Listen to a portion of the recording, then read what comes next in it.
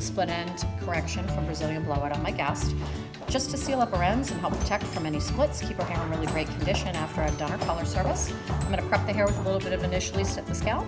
Let me show you how it's done.